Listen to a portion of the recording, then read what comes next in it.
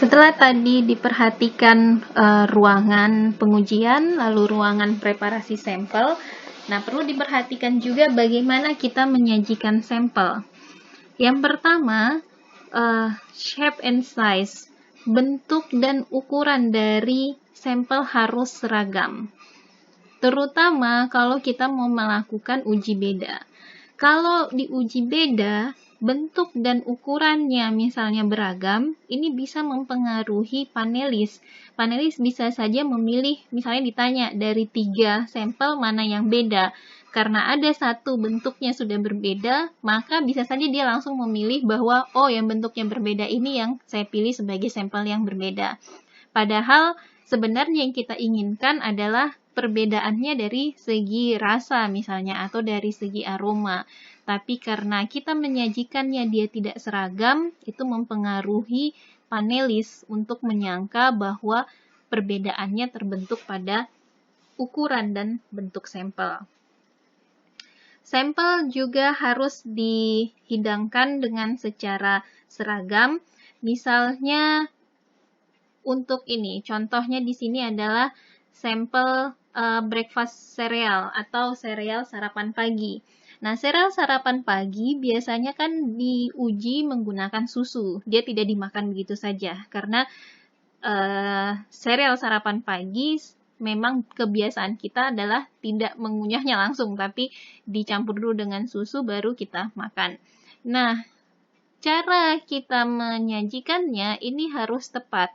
Jangan sampai misalnya sudah kita kasih susu semuanya, terus kita sajikan. Nah, ada 5 sampel misalnya mau kita uji.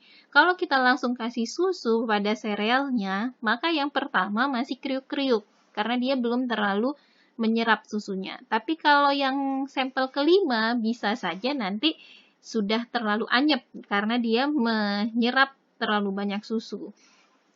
Jadi itu harus diperhatikan bagaimana caranya, misalnya kita sediakan susunya dalam gelas-gelas terpisah dan diinstruksi kepada panelis harus jelas. Misalnya tuangkan susunya sesaat sebelum melakukan pengujian.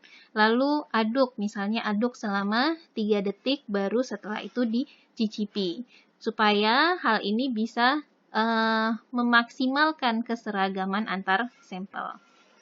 Terus suhu dari produk pangan harus juga distandarkan atau diseragamkan.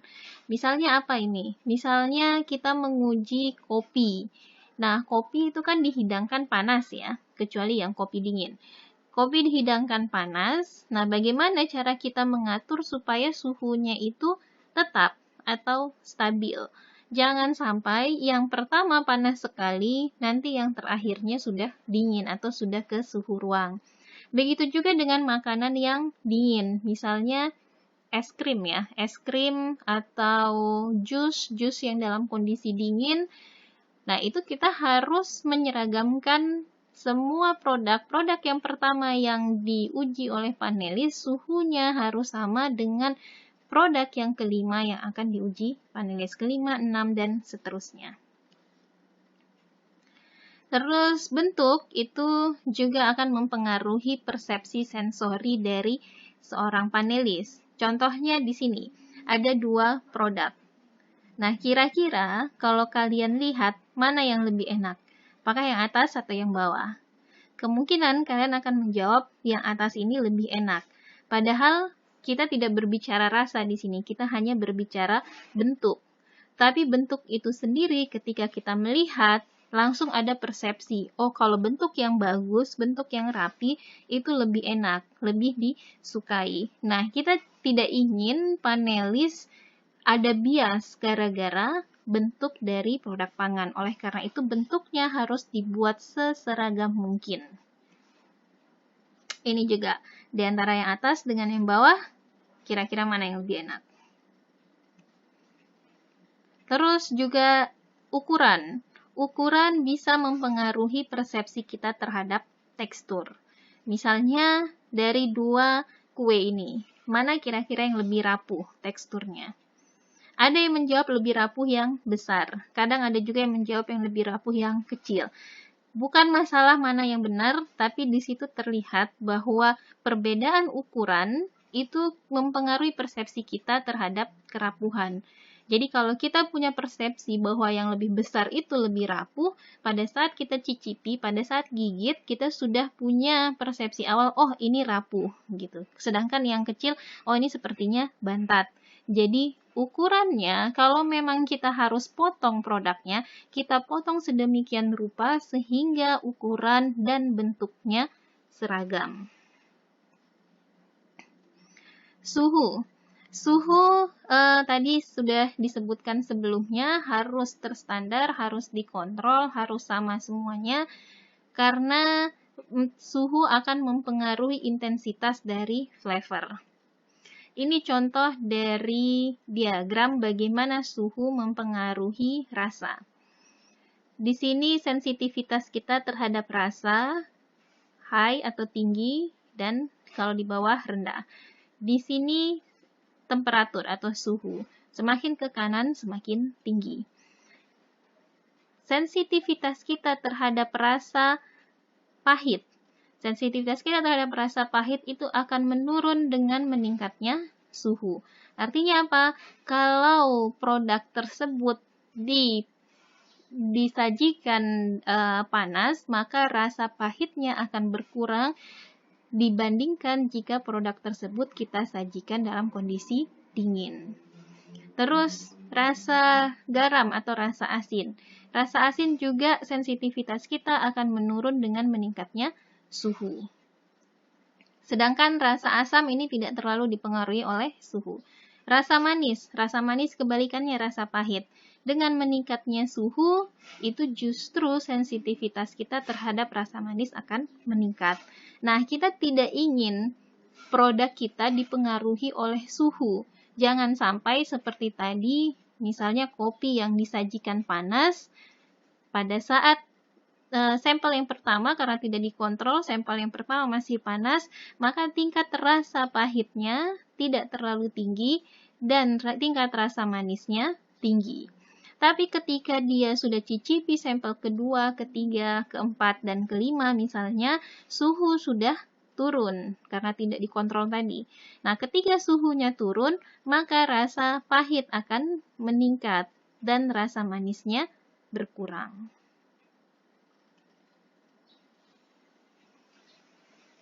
Dalam penyajian sampel, kadangkala kita membutuhkan carriers atau makanan pendamping. Seperti apa? Misalnya kalau kita mau uji organoleptik sambal. Misalnya sambal saus cabai, sambal terasi misalnya ya. Karena orang tidak ada yang makan sambalnya doang. Tapi dia biasanya makan sambal ada temannya. Nah, makanan pendamping atau carriers inilah yang kita gunakan pada saat kita mau tes sambal. Apa syaratnya untuk makanan pendamping? Makanan pendamping ini harus rasanya hambar, sehambar mungkin. Jadi misalnya sambal kita pakai nasi, misalnya nasi putih ya. Jangan nasi goreng, karena nasi goreng itu ada rasanya. Jadi makanan pendamping suatu bahan itu bisa kita gunakan jika memang sampel yang kita akan tes itu biasanya tidak dimakan sendirian, seperti sambal tadi. Syaratnya adalah rasa makanan pendamping ini harus hambar, tidak mempengaruhi rasa makanan yang akan kita ujikan. Contoh lain misalnya adalah selai. Selai itu tidak kita makan begitu saja. Biasanya selai kita makan dengan roti. Nah, pemilihan rotinya ini yang penting.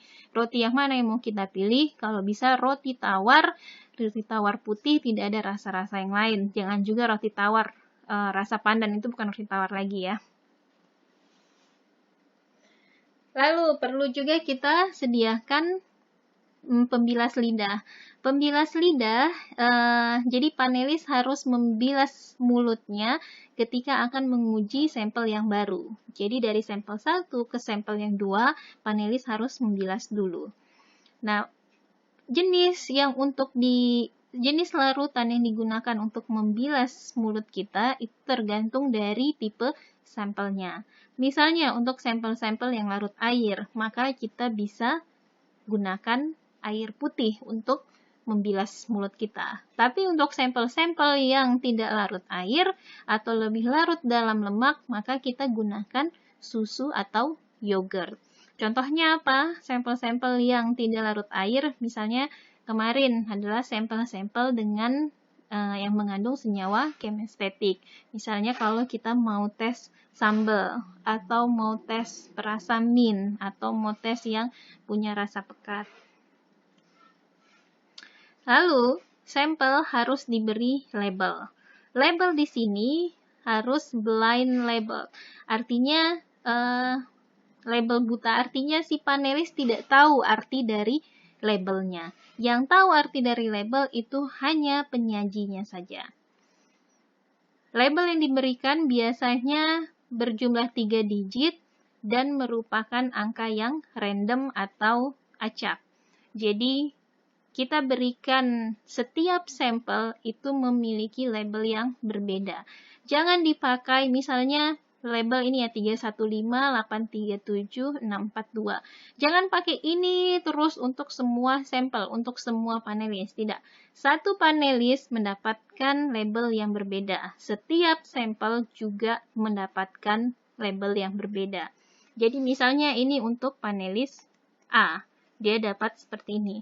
Nanti panelis B itu beda lagi si kodenya. Misalnya jadi 457 798 671 misalnya. Dan urutan sampelnya pun itu berbeda-beda juga. Misalnya ini sampel A, ini sampel B, ini sampel C. Maka panelis B mungkin nanti dapatnya urutannya B, A, C misalnya. Dan ini diputar-putar terus sehingga satu sampel itu tidak selalu dia berada di tengah misalnya, atau tidak selalu berada di sebelah kiri atau selalu berada di sebelah kanan. Nah ini, urutan penyajiannya harus acak. Kenapa perlu acak? Ini supaya hasil kita itu memang valid. Jadi kalau kita punya kecenderungan, misalnya sampel A itu selalu ditaruh di sebelah kiri. Biasanya sampel yang sebelah kiri ini sampel yang paling pertama dicicipi oleh si panelis.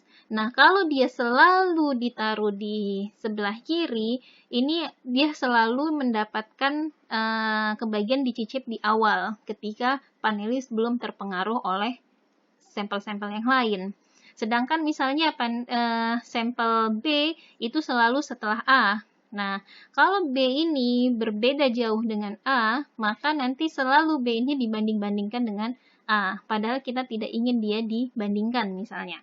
Nah, jadi dia harus selalu diacak.